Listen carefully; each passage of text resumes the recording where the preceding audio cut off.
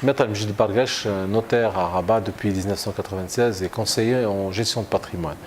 En fait, la question qui se pose aujourd'hui est de savoir quel est le rôle du notaire en matière d'acquisition de biens immobiliers par des couples marocains installés à l'étranger. Parce que comme vous le savez très bien, nous avons une forte communauté de Marocains vivant à l'étranger. Et la caractéristique de cette communauté, c'est que nous avons qui sont d'abord à cheval entre plusieurs systèmes de droit et de fiscalité. Un couple marocain qui est installé en France, on ne va pas lui appliquer que le droit marocain, on va lui appliquer le droit français, puisqu'il est installé en France. Par contre, quand le couple achète un bien immobilier au Maroc, bien sûr, pour les biens acquis au Maroc, on applique le droit marocain. Mais pour répondre en fait à cette question qui n'est pas simple, il y a trois éléments à citer. Premier élément, ça concerne un peu le régime matrimonial. Comme vous le savez, en France et en Europe de façon générale, le régime de droit commun, c'est le régime de la communauté réduite aux acquis. Donc, des Marocains qui sont installés en France et qui ont acquis des biens immobiliers en France, pour leur divorce ou pour leur succession, le notaire de l'autre côté va appliquer le droit français. Pour la simple raison que les biens immobiliers sont situés sur le territoire français. Par contre, au Maroc, le principe est celui de la séparation de patrimoine. Et la Moudouana, bien sûr, elle est souveraine, elle s'applique sur l'ensemble des biens et des situations au Maroc. Et la Moudouana, en fait, stipule qu'il y a ou dispose qu'il y a une séparation de patrimoine, sauf quand il y a une convention matrimoniale entre monsieur et madame. Cette convention matrimoniale pose en fait les règles de fructification du patrimoine, mais malheureusement, ce n'est pas un régime matrimonial, puisque en cas de divorce, madame ne peut pas séparer. Il ne pourrait pas y avoir séparation ou liquidation d'une communauté. Madame a son patrimoine et monsieur a son patrimoine. De la même manière, en cas de décès, madame va hériter suivant les règles du droit musulman.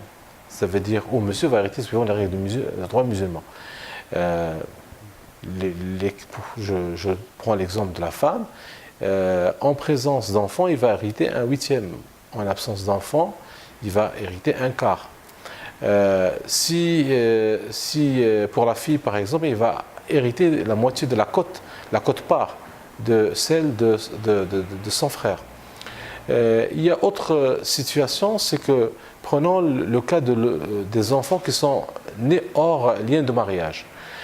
Imaginons un couple qui a des biens en France, un enfant naturel, il a le droit à accéder à la succession pour les biens qui sont situés en France, parce qu'il y a l'article 3 du Code civil, pour le moment, pour les biens situés en France, on applique le droit français. Et donc, si le couple, monsieur a des enfants en dehors du lien du mariage, l'enfant naturel va pouvoir hériter. Prenons également le cas de couple mixte, un Marocain qui est marié avec une étrangère, une Française qui ne s'est pas convertie à l'islam. Comme le veut la règle de droit musulman, le non-musulman n'hérite pas le musulman. Par conséquent, quand bien même il va hériter en France, pour les biens situés en France, au Maroc, pour les biens acquis au Maroc, le conjoint non musulman ne peut pas prétendre à l'héritage. Et c'est pour cela que nous, en tant que notaire, en tant que conseiller en gestion de patrimoine, on préconise on donne des conseils en matière d'anticipation du patrimoine. On dit, voilà la situation, aujourd'hui, qu'est-ce qu'on peut faire comme solution pour protéger le conjoint ou protéger les enfants. Et donc, il y a plusieurs techniques, plusieurs modes de transmission de patrimoine tels que le démembrement de propriété, les donations, la constitution de sociétés, l'assurance vie et d'autres techniques en fait de transmission de patrimoine. Et la question en fait c'est au cas par cas.